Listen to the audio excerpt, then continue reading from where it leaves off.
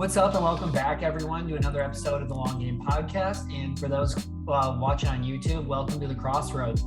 Today, we have a very special guest. We're joined by Lauren K. Aumond. She's the host of the Adulting is Easy podcast. She's a real estate investor with 8 short-term rentals and 4 long-term rentals. She's also a professional salesperson in her 9-to-5 with a business finance degree from the University of Florida and a graduate certificate in financial planning from Boston University. Lauren knows that when you make money easier, you make adulting easier. So Lauren, thanks for joining us today. I'm super excited to get into this and talk a little bit about short-term rentals, long-term rentals. But before we get going, is there anything you want to do to introduce yourself other than the initial bio? Hey, Thomas, thank you so much for having me. It's really an honor to be here. I guess what I will add to that is that I am based in the Tampa Bay area of Florida. About half of my rentals are within 25 minutes. And then we have a 6-unit apartment building about 2.5 hours away. It's kind of a frequently asked question I get, kind of where is everything and is it in my local market? Yeah, nice. And what made you end up getting your financial planning certificate? Well, I started Adulting is Easy really in like 2019, and I was considering a career change at the time. I ended up getting another job selling professional corporate training, which is what I've been doing since 2014. I ended up getting another job doing that, but I kept the Adulting is Easy going just to really share as I was learning about personal finance. And then later, as I really got kind of heavy into real estate, just wanted to share everything with everybody. And so sorry, I forgot your question. Like halfway through that. What got you to do financial planning, get the certificate? Oh, right. Well, so I started it with this idea of, okay, maybe I'll learn from that, and maybe I'll share it in Adulting is Easy as I'm learning things kind of generally or through the financial certificate. I also thought maybe I'll take the CFP exam. It's really to prep you for that. I kind of have decided not to go that direction, not to become a certified financial planner, more so to kind of focus on the podcast more than anything. I mean, I did learn a lot. I probably would do it again, but I'm not going to end up using that professionally, kind of like I thought I might. Yeah, I got to add, I think that's a great podcast name. Like, I wish I would have thought of something like that. Like, that is such a fitting podcast name. But okay, so let's go into kind of a little bit about your experience of getting into rentals. Like, what got you interested in doing this from the start? So my parents had a rental when I was growing up, one single rental. And so I think that was what I was working under, that I was going to end up with the nice house and then have like the one rental on the side for the tax benefits and things like that, but not really have it as a business, kind of keep it kind of mom and pop, like, if you will. And my dad kind of always talked to me about, it's a job, you can get the late night toilet calls and blah, blah, blah. Right. And so I think my paradigm was probably much like a lot of people's, is where you are going to just kind of do what your parents did. Yeah. And so I bought my first house right out of school in 2012. I graduated in 2012 and bought my first house in 2012. And it was really during the Great Recession. So it was a good deal. That said, I was making like $28,000. So I got a roommate. And so that kind of was house hacking before. I don't even know when house hacking, the term, was invented, but that's where you live in, you live in a property and rent part of it out to help cover the bills, basically. And so I took that to kind of a greater degree. About 5 years later, when I was 27, I bought another primary and rented that first one out. And the rest is history, I guess. That's when I started, found bigger pockets, started listening to the podcast, started reading the books, and started to think, what if I took this a little bit more serious? So that's kind of how I got into it. I love that you started with the money story of like, you saw your parents do this, because I think for a lot of people, like every young person says like, oh, I want to own real estate, I want to have rentals. But like, I think you coming through and seeing your parents do it is so impactful, because you knew what it took when you started. I think a lot of people hear passive income and they're like, oh my gosh, this is sick. I'm going to get a rental property. I'm going to rent it out. It's going to take like 1 minute. I'm going to post it online. And then a year later, I'll fill somebody else and it'll be easy. And it's like, no, it's really not that easy. It's a lot of work. It is another job. There's nothing wrong with that. It's just important to come in with that mindset. I mean, that had to be helpful for you, right? Like, it wasn't, your first thing that came up wasn't like, oh my gosh, now it is a lot of work. You knew it was going to be work. Right. My dad is actually very kind of negative on real estate. And part of that is, in my opinion, because he didn't get enough help. And real estate is something like that where it's a little bit scalable in the amount of work you want to do. I mean, if you think about short-term rentals, for example, that would be kind of an extreme example, right? But you could do the cleaning, you could do all of the maintenance yourself, you could do all the landscaping yourself, you could take care of the pools or jacuzzis or whatever, all yourself. And the management on top of it, right? All of the laundry, all of that. Or you can get people to kind of do each of those things. So my dad took the route of they were going to manage everything themselves, to the point that when a tenant would leave, my mom would spend like a month over there, like painting, whereas something that I have learned over time is you can pay somebody to paint. You don't have to, it doesn't have to take all of that time. And I think my parents, had they outsourced more, they would have bought more. And so that's kind of what I learned from them is it's okay to get help. It's okay to outsource things if it means that you are acquiring more property and then kind of getting more exposure and more appreciation and all those benefits that come with real estate. Yeah. And like whenever, I mean, you already kind of mentioned it, but like whenever someone talks about getting into real estate, like every time I've mentioned it to someone, the first thing they say is like, oh, you better be ready to fix a toilet at 2 a.m. or whatever. And like, while it's possible and like a valid reason, like you can't really let that be the only thing that stops you from doing it.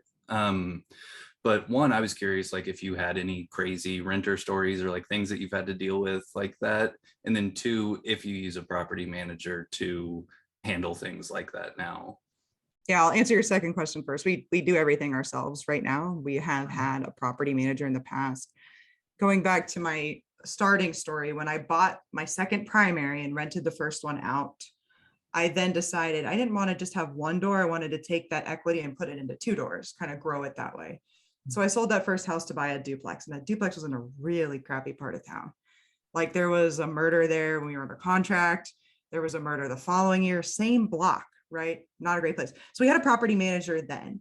Now we don't. We've sold that. We traded that up actually into a 6-unit apartment building and have bought a couple of other properties. So we're doing all of the management ourselves right now. And in terms of like a wacky story, would you rather me answer that with like a long-term one or a short-term one? Whichever you think's better. God, they're both great. Or both is completely fine.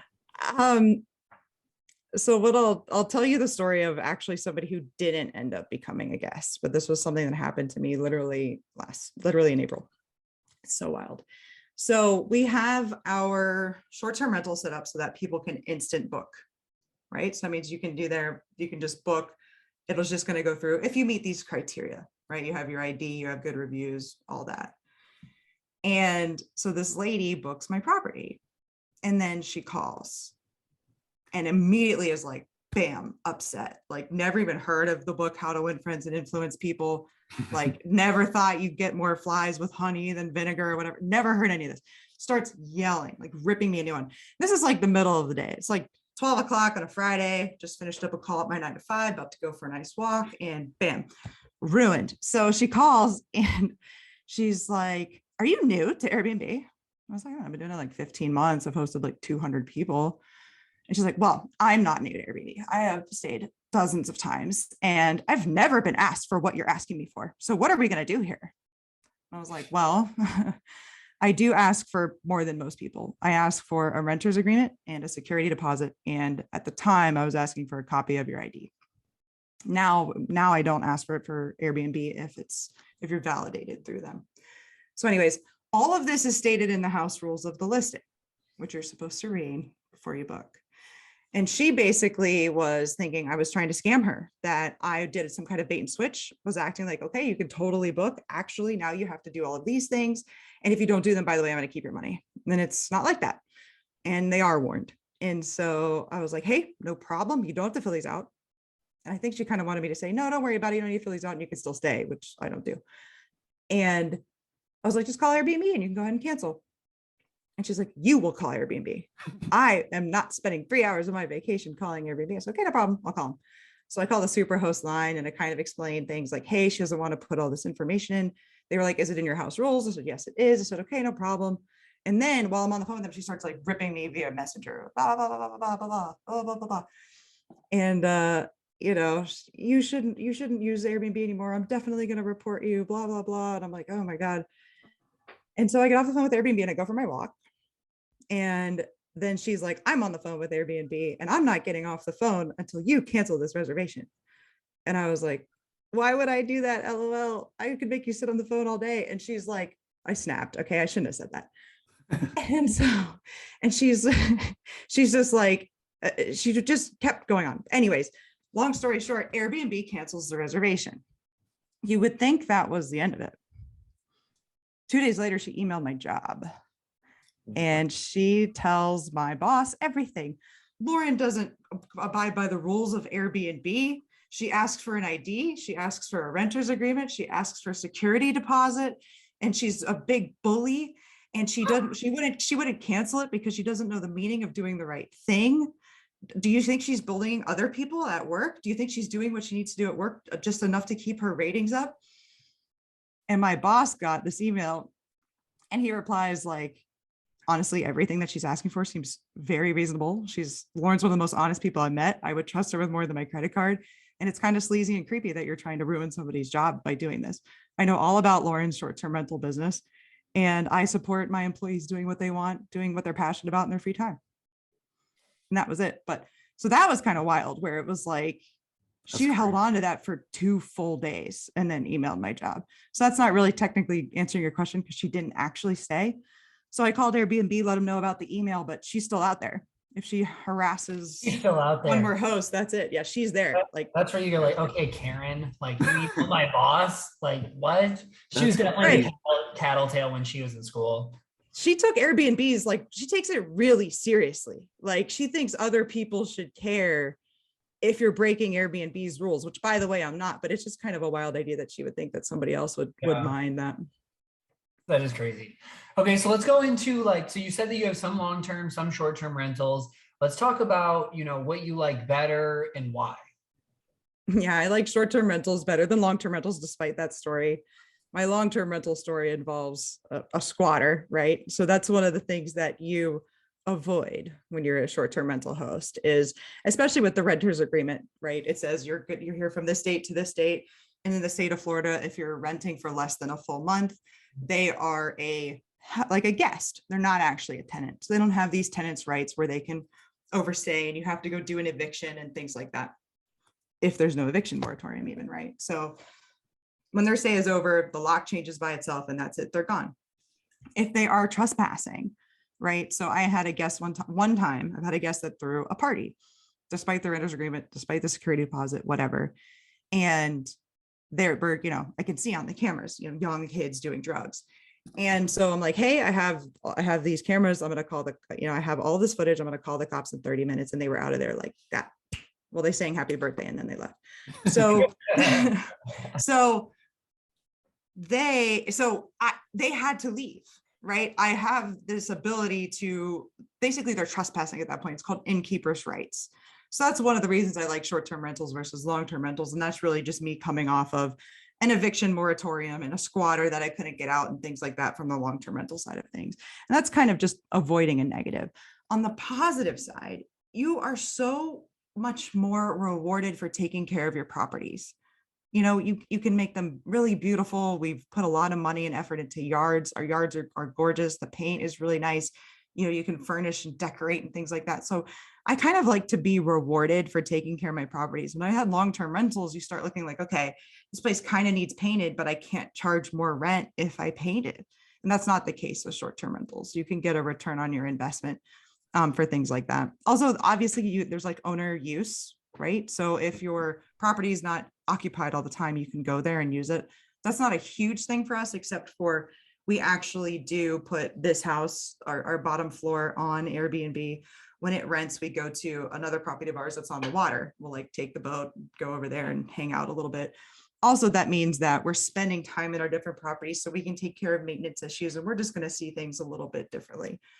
Another reason is they're cleaned, right? I mean, I don't know how many long-term tenants out there clean their place 2-3 times a week. Like, we're getting our places professionally cleaned, right? So you're not ever going to be walking into like a hoarder situation or just an absolute disgusting situation where you rent it to somebody, 5 years later they leave and they never cleaned it one time.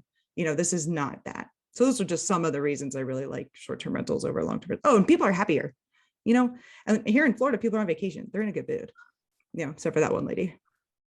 Yeah. And do you use Airbnb for all your short-term listings? We use Airbnb, VRBO, and we have our own website. Gotcha. So do you use both? Like if you're using both of those, do you use the same listing, same times on both, or different houses on each one? No, I have it all. I actually use a property management software called Owner Res. So I have one point of truth that feeds to VRBO and Airbnb. Okay. Let's talk about how you like analyze and realize that these are good to buy. Because I think right now I have a bunch of clients who are thinking about doing this, and we just keep coming across properties where it's like, it says that the mortgage will end up being $2,200 and Zillow says the average rent is, $2,250 or $2,300 there. And you're like, it's kind of hard to get into that when you have such little cash flow that you'd even be able to get.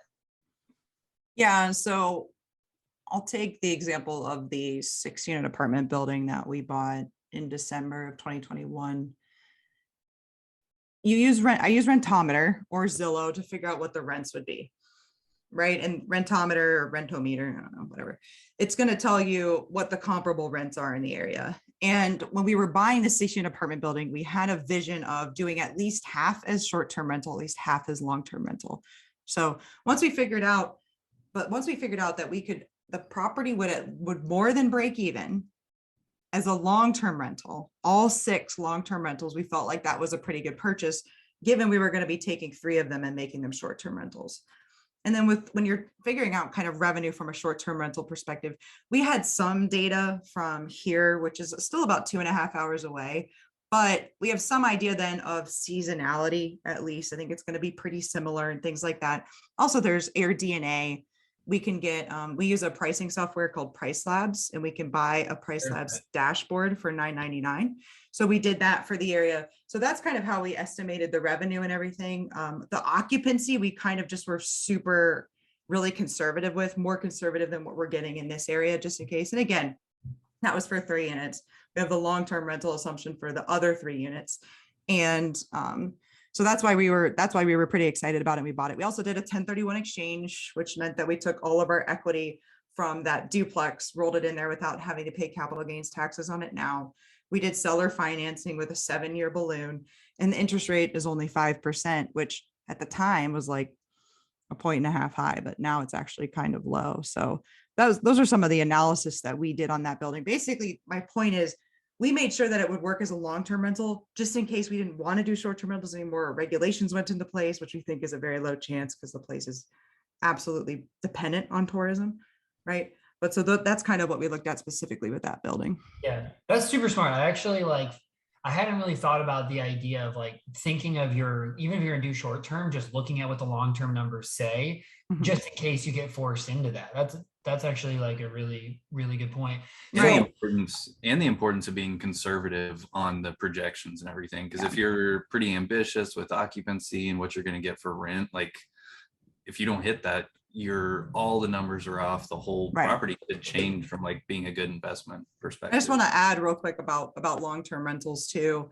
It's not just is the rent more than the mortgage taxes, insurance. There's more to it than that, right? You have to make an assumption for vacancy, capital expenditures, maintenance. You can throw property management in there, whether you're going to do it yourself or not. And then also utilities, right? In the case of the 6-unit building, there's outside lighting that we have to pay for. We have the garbage ourselves, the landscaper, things like that. So for the long-term rental, just a word of advice, when you're running those numbers, do run it as, with all of those assumptions in there as well. Then if it works like that, then I would start looking at it from a short-term rental perspective. And you can Google some of those stats, right? Like 1 of every 20 months, you're expected to miss a renter. And then what is it, like 1 to 3% in total cost and yearly fix ups. And you can factor all of that in and see the return. But I'm curious though, you said, as long as it seemed like they were cash flow positive, that was good. Or you said something like that, which is interesting to me because I think there's all these people that wrestle with the idea of, what if year 1, it's not that profitable? But if we look at long-term rentals, and this is something we're going to hold on to,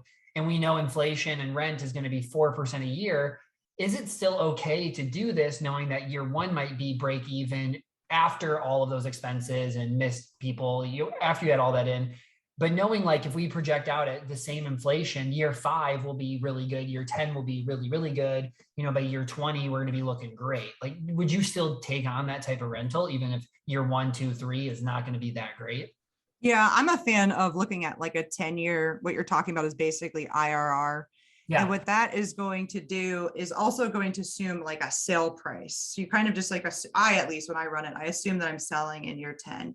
And what that is taking into account is everything that happens year 1 through year 10. So especially with short-term rentals, I mean, it costs us about $7,500 a unit to kind of furnish. And then there's also property specific expenses, right? Like pressure washing, painting, putting in the surveillance system, outside cameras only. Okay, I get that question a lot, right? So there's costs associated with it. So it's actually, I think I would be shocked if you made money, frankly, on first year 1 on an STR. I'd be literally shocked because of it. So you have to look, I think, further out than that.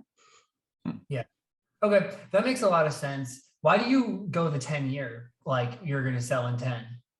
That's just kind of a rule of thumb of some friends that I know that are investors. That's what they do. I think it's a good enough time to assume kind of different market fluctuations and things like that. And also, again, I'm using a conservative number for appreciation. I think over 10 years, that conservative number, it just makes it that much more conservative. You know, so that makes sense. So then let's talk about, we talked about some of the like the good of short-term rentals, but let's talk about like in the beginning, how do you get up and running? Because I think every time people talk to is like, that first few months of your rental, like getting people in is important. You need to get good reviews. What is a really good way to get up and running and some do's that everybody should do? I would say build the plane while you're flying it. That's totally okay. Now, should you get professional photos? Yes. Should you have really nice furniture? Yes. But let's say if you're me and you bought a fully furnished bed and breakfast, which I did. So these cottages that I had in my backyard had furniture in them. I could have spent a lot of money up front trading out that furniture. Instead, I decided to kind of just go ahead and get running how it was, right? So obviously there's upfront stuff like linens and things like that. But what we did was we got one ready, then a week later, the other one was ready. Then a week later, we actually have a camper in our driveway that we rent out. A week later, the camper was ready. And so because of that, we didn't get professional photos right away. We waited until, because this was January. And so peak season is going to run through summer. So after that, like in late summer is when we got the professional photos. And here a year later is when we're going to refurnish them. So I would say start with like 1, maybe 2, and just get going. You can sharpen your saw, right? To cut down the tree. You can sharpen your saw forever and still come up against something that you would not have seen coming. The best thing that you can do is get going, learn that way, and learn what guests ask. What are they looking for? What are they wondering about? You learn kind of how the cleaning works. What do they need? What other supplies do you need? So, I mean, I could see somebody, if you want to do it completely right, have it 100%, all your I's dotted, all your T's crossed, that's cool. But I think you're going to lose out on learning opportunities, lose out on revenue and things like that. In terms of getting guests, when you do launch, I suggest putting a maximum stay on there. Like, let's say here in Florida, our maximum stay is like 28 days, so that we don't end up with that tenant squatter situation that I talked about. I would put a maximum stay of shorter than that. So you know that you're knocking through people right away to get those reviews. You should also be priced pretty low, which will encourage people to book, but they'll also be in a better mood and therefore they'll leave better reviews. Our first person, like I said, we launched one of the cottages the first week of January. We got a 1-month booking the next day. So there was a whole month where we had no reviews on that in peak season. It didn't really end up mattering because again, it was peak season, but you make a good point. You definitely want to get some people through there. Yeah. And is the only way you can, or I guess for you, do you market outside of like Airbnb and Vrbo, or are you just kind of relying on the algorithm and people stumbling across it and booking it? We're pretty reliant on that right now. We did buy a bed and breakfast, so that my number is associated with the bed and breakfast now. It does say, under new ownership, et cetera. But all of those people pretty much want to stay for like one night on a Saturday. And I don't do that. I don't do 1-night stays at all. especially would never think to do it on a Saturday. So haven't been super successful that way. We did recently here for the bed and breakfast join the chamber. So we're now marketing that way. We've gotten one booking that way, and they can book directly through our website. And so they don't have like the listing site fees and things like that. We've had another direct booking, and I was like, how did you find us? He was like, went deep down Google, like we must have been on a late page and he found us and stuff like that. So we haven't gotten super serious about, again, we kind of like launched, and now a year later, because we launched basically all 8 of these in the last like 15 months and the 4 long-term rentals that we have. Oh, wow. So we are kind of going back now and refining things a little bit more. It's been kind of just like running around like our pants are on fire for the last 15 months. But now is like when we're going back, refurnishing, redecorating, we're always tweaking things, going back, joining the chamber, things like that. Gotcha. And if you don't mind sharing, like what's kind of like your growth goals with it? Just like keep acquiring more properties and maybe eventually like kind of build your own like little listing thing aside from Airbnb, or have any plans for that? I mean, ideally, we would be less reliant on the platforms than we are, for sure. In terms of buying more properties, we're really torn about it right now with how the numbers are, even with as many long-term rentals as we have. All of our expenses are covered by our real estate, all of it. And we still each have full-time jobs. My husband and I each have full-time jobs. So we're building up kind of like what I like to call a war chest now of cash that we're actually going to be generating from our 9-to-5s. Our goal is to have that. My goal is to have that and have that there for emergencies. My husband thinks we're going to do that and then buy another place because that's just kind of how we are. But it's really what we really are dealing with right now is this question of what is enough. What is enough? I think in the next couple of years, I'll quit my 9-to-5 and go from there. And the podcast is making me some money now and things like that. So I may kind of take Adulting is Easy into more of a full-time direction. And maybe once we do that, I'll have more time. Maybe we'll have the cash, but we're really open-ended. What we could do to maximize income is do more with our current properties. We could put in a dock with a boat lift at our duplex and rent the boat lift out. We could take all 4 of our long-term rentals and convert them to short-term rentals over time and up the revenue that way. Like I said, this house, we only rent out the bottom floor. I could outfit this room. So it's a 2-bedroom. We only lock 1 bedroom instead of both when we're gone. So there's a lot from a revenue perspective that we can do with our existing properties first. And I think we would probably do that before we acquire more. That makes sense. That's super cool. I think it's interesting that you talked about the what's enough though.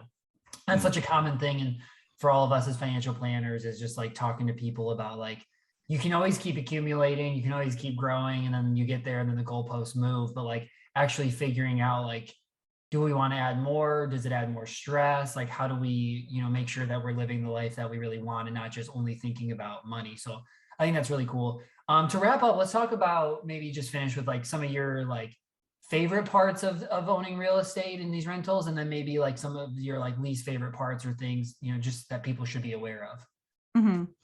Well, the best part of owning real estate is financial. I mean, it's nice to look at pretty things that you own, but at the end of the day, you look at what our properties have done even in the last year and a half. And of course, a lot of it has been forced appreciation because we did a very heavy remodel here of about $200,000. We did a light remodel of the duplex. And then in terms of the 6-unit, we're upping the revenue, which increases the value by converting 3 long-term rentals to short-term rentals. So when you kind of start looking at the impact of your net worth and the cash flow, that's frankly going to be the most rewarding thing. It's why you do it. The downside of it is, you're on call when you're doing Airbnbs, when you're managing them like I am, right? Like I am doing all of the communications myself. We have a bookkeeper to help with the books. We have a cleaner. We have a landscaper. We have a jacuzzi person at the one place where we have a jacuzzi, but my husband is the maintenance guy and I am the communications person right now. So we're kind of always on call. That's another thing that we could do. If we do get another property, it will be to generate enough profit to cover the property management fees so that we can kind of extract ourselves a little bit more. So to me, that's the biggest downside. like the stuff that comes up, like kind of like a crisis, like somebody shows up and it's not clean because the cleaner forgot, or it was a last minute booking, they didn't see it pop up and I didn't double check with them or whatever. That stuff doesn't really bother me as much, like the one-offs here and there, but being on call all the time is pretty hard. And I don't feel that way about the long-term rentals. I mean, I know that I am, but I barely hear it. Like my long-term rentals are very, very, very passive, especially compared to the short-term rentals. That's good to know. I didn't know what the work would look like on one versus the other, but well, Lauren, we really appreciate you coming on. Is there anything else that you want to add or trade, any last questions that you have? I'm good. I would just say, definitely please follow me on Twitter at Adulting is Easy. That's going to be where I'm most active. I'm on Instagram too, and also right now, me and a few friends of mine, we go live on Twitter Spaces every Wednesday night at 9 o'clock. And we usually cover real estate and we answer a lot of live real estate questions then too. But Awesome. DM me, I'm here. My DMs are open. Yeah, you have a great Twitter, definitely worth following. But thank you for taking some time and coming on. I thought this was an awesome episode. You shared a lot of really great things, and so we really appreciate it. And everybody, thank you for tuning in. We will see you back next week.